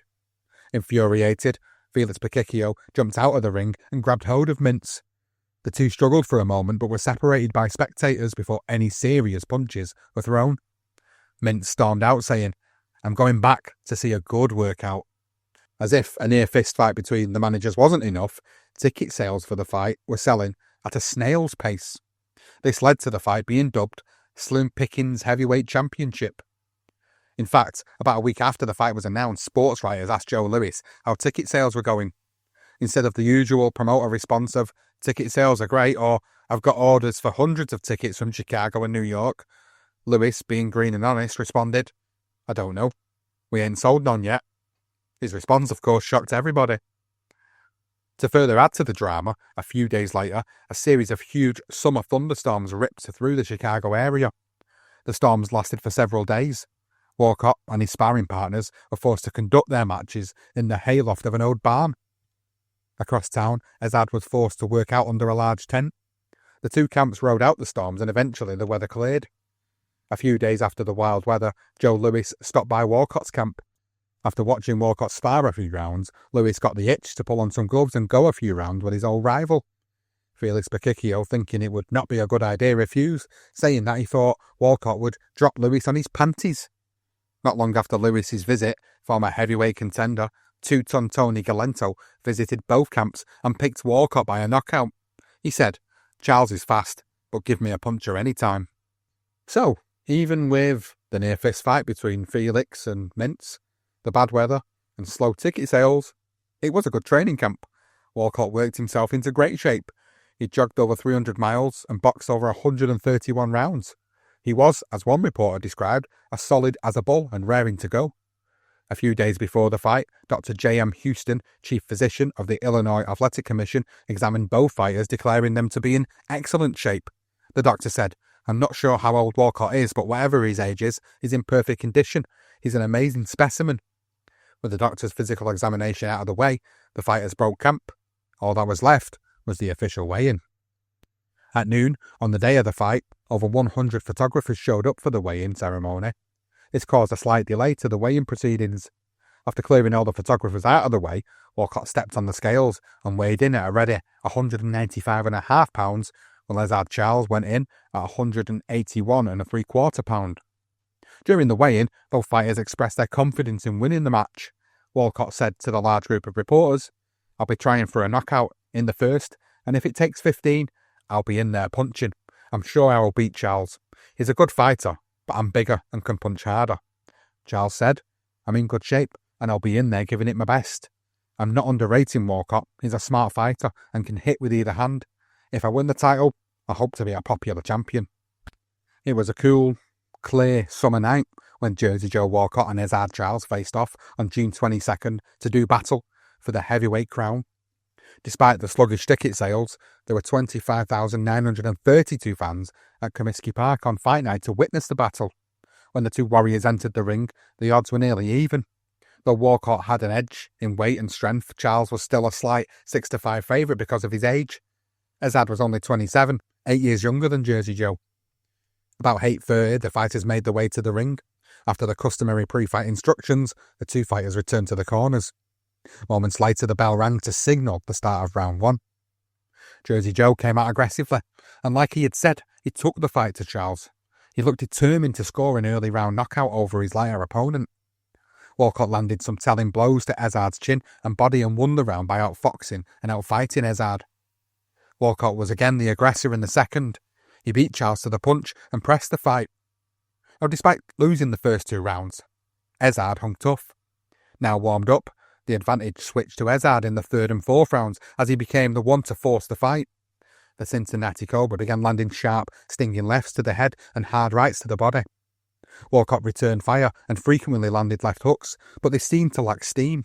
It was apparent that Charles was a little sharper than Jersey Joe in the 3rd and 4th rounds. Walcott was obviously feeling the effects of his year-long layoff. In the 5th round, Walcott seemed to shake off some of the rust and enjoyed a great round. He caught Ezzard with a smashing left to the chin that drove the Cincinnati Cobra into the ropes. He then connected with a pile driver of a left hook that landed on Ezzard's chin, followed by an overhand right that sent Charles reeling and momentarily shaken up. In the 6th, Charles was still a little groggy from the shellacking he'd received in the previous round. The Cobra was penalised for low blows and was outboxed by Jersey Joe. Ezzard recovered for the 7th and was a bit more aggressive during this round. He came right at Jersey Joe and brought the fight to him. The two warriors exchanged punishing blows at the centre of the ring. Then they began to wrestle and hold. Walcott, perhaps angry over the low blows in the last round, threw Charles to the canvas. An angry Ezzard rolled and viciously attacked Walcott, landing a powerful right to the jaw. The blow rocked his bull-shouldered opponent and sent Jersey Joe into the ropes. Charles then landed 3 more hard rights to the head. The combination of punches sent Walcott staggering around the ring. It seemed Jersey Joe was close to being stopped, but his experience and ring savvy saved him from being knocked out. Charles continued his assault in round 8, hurting Jersey Joe and winning the round with fast, sneaky punches. In round 9, Jersey Joe battled back. He landed several effective counter-punches and outmuscled Charles for most of the round. The 10th was Ezzard's best round. He drove a hard straight right into Walcott's jaw that wobbled Jersey Joe. Several more blows forced Walcott to the ropes. Ezzard then let loose a barrage of fast punches to Walcott's head and body. The vicious attack left Jersey Joe bleeding from his nose and had ripped open his upper lip. The 11th round saw Charles again outfight and outland Walcott. Jersey Joe enjoyed some success in the 12th when he began sidestepping, backpedaling and using his walkaway. He repeatedly beat Charles to the punch and opened a cut under the Cincinnati Cobra's left eye. A follow-up right hand split Ezzard's lip. The crowd, not appreciating Walcott's boxing ability, loudly booed his retreating tactics. Between the 12th and 13th rounds, Joseph Trainer, chairman of the Illinois State Athletic Commission, ordered referee Davey Miller to advise Walcott's handlers to tell him to stop his retreating tactics and make Walcott fight. These orders certainly didn't go over well with Walcott's seconds, especially Felix Bikikio. Walcott continued his sidestepping, backpedaling tactics in the 13th and fought an even round with Charles. Jersey Joe took round 14 again by doing a lot of feinting, counterpunching, sidestepping and backpedaling. These tactics once again evoked some loud boos from the crowd. In the 15th and final round, the two men fought a close give-and-take battle and ended the round on even terms. When the final bell sounded, the two fighters headed to the corners and awaited the official verdict. The fight had been a hard-fought contest. Both fighters carried the marks to prove it. Charles was cut above and below his swollen left eye, his lips were puffed and split, and his left cheek was severely enlarged. Walcott had a long gash and a hole that went completely through his upper lip. His right hand was injured and his right cheek was swollen. Moments later, as both fighters were having the wounds attended to, the decision was read. Judges Frank Adams and Harold Markowitz both voted 78-72 for Charles, and the referee, Davy Miller, had it 77-73, again for Ezzard Charles. With all three in favour, the new NBA heavyweight champion of the world was Ezzard Charles. The Charles fans roared, the Walcott fans booed. A second later, the ring was swarming with a mass of photographers, radio microphone bearers, as well as friends of Charles and Walcott. Ezzard's manager, Jake Mintz, was so overcome with excitement and emotion that he fainted in one of the neutral corners seconds after the decision was announced. His wife, seeing her husband lying on the floor, became hysterical. She clawed her way through dozens of people, eventually making it into the ring so she could be with her husband. Mintz was quickly revived by Dr. Houston of the State Athletic Commission and eventually left the ring under his own power. Moments after the decision, Ezzard was interviewed. He was very happy with his win. He said, "He's a cutie and very tricky. I hurt him with 3 different right hands in 3 different rounds. I didn't want to chase him because of his hard right hand though."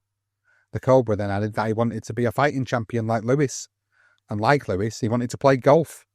Lewis, who was in attendance, was also interviewed and said that he was happy with the fight and felt Ezzard deserved the win, since he was the aggressor and forced most of the action. Disgusted and angry, Jersey Joe Walcott and his handlers left the ring shortly after the decision was announced. Back in his dressing room, Jersey Joe was fuming as he answered questions about the fight from a dozen reporters. "I thought I won all the way. I thought I won 9 rounds. He then went on to complain about the low blows that Ezzard had landed. Walcott also added that Ezzard hit him on the break several times. "He's not a great fighter," said Walcott.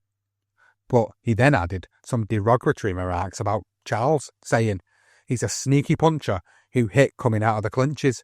When the referee broke us, I stopped fighting, but that dirty fighter kept banging away." Felix Bakicchio then spoke up, saying, "Charles kept hitting low every round. There were punches that hurt my boy." One reporter asked why Jersey Joe was unable to drop Charles as he had done with Joe Louis. Walcott explained, "He wouldn't exchange with me like Louis was willing to do. All he wanted to do was counter. He's not tough. He just rolled with the punches, and he was in to last the distance." Jersey Joe then went on the offensive for a rematch, saying, "I think Louis should force Charles to fight me again. I think I'm entitled." A member of the press asked Jersey Joe if he thought the year-long layoff had any effect on his performance, to which he replied, "Yeah, my timing was off. I only did gym work until I began training for this bout, and the long layoff after the Louis fight hurt." When asked if he would continue on even though he was 35 years of age and a father of 6, Walcott said he had to.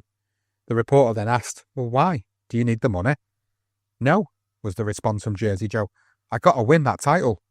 Walcott then said that he would fight Charles next week if a match could be arranged. And then he said, "But right now, I'm going back to Camden to rest, and then I'll be ready for anyone." Now it's at this point, ladies and gentlemen, once again, we bring an end to the next part of Jersey Joe Walcott's life story career profile. Seems a bit of a weird ending, doesn't it? Like, Jersey Joe, you think he's going to win the world title, doesn't. That first Joe Louis fight, I think that's the one that is very controversial in his career, and if you do go back and you watch that fight, you can make your own judgments about it. The general consensus, from my perspective, is that a lot of historians felt Walcott was robbed, that he won that fight, and that Joe Louis got away with it. But obviously, in the rematch, Joe Louis left no stone unturned, and he stopped Jersey Joe Walcott. Not so sure about this Ezzard Charles first fight. Of course, this particular fight, if you go back and watch that, I think you might agree that Ezzard Charles probably deserved it. But of course, we've got a little bit more of Jersey Joe's story left to cover. Of course, his back end of his career. We're coming towards the end of his career now. We've got the back end of it, a few notable fights, of course, a few moments, and then, of course, what he did after his career. I mean, he was a referee. There's one particular moment that I'm looking forward to covering from his refereeing career. Of course, the famous, or should I say more so infamous, Phantom Punch fight. So, there we go. Jersey Joe Part 2, done and dusted, ladies and gentlemen. I hope you've enjoyed listening to more of his career. And I don't know about you, but I don't know if you start to get the feeling about whether it's like, oh, is he ever going to do this? I mean, if you know his story, you know obviously what the outcome's going to be moving forward. But if you're not familiar with his story, you're left feeling like this guy's he's just not quite going to do it. He's never quite going to get to the echelons of becoming world heavyweight champion. But again, the story and the reason I'm doing it is because it's the level of adversity this guy's overcome and the way he's left his impact on boxing history. It isn't because he lost all his significant fights, it's because of the moments that he created during those significant fights, moments where he should have won certain fights, moments where, you know, it was obvious he lost those certain fights. But the final part of his story certainly finishes off everything about Jersey Joe, the triumphs, the tragedies, and of course, what happened next. I'm really looking forward to finishing that story off. A big shout out, first of all, to Hassan, who's curated the Jersey Joe Walcott career profile. He's done a fantastic job of putting this together and getting all the information from various sources to get this story together and get it out there to you guys if you haven't already had an in-depth insight into Jersey Joe's life and career. So, as always, thank you for supporting us on social media. If you are following us on social, it's always at BTR Boxing Podcast. If you want to subscribe to the podcast, you can do that on any podcasting platform. Again, as I said at the start of the episode, please continue to leave your comments, leave your ratings and reviews on the various platforms. It really, really, really does help. Thanks to those on YouTube.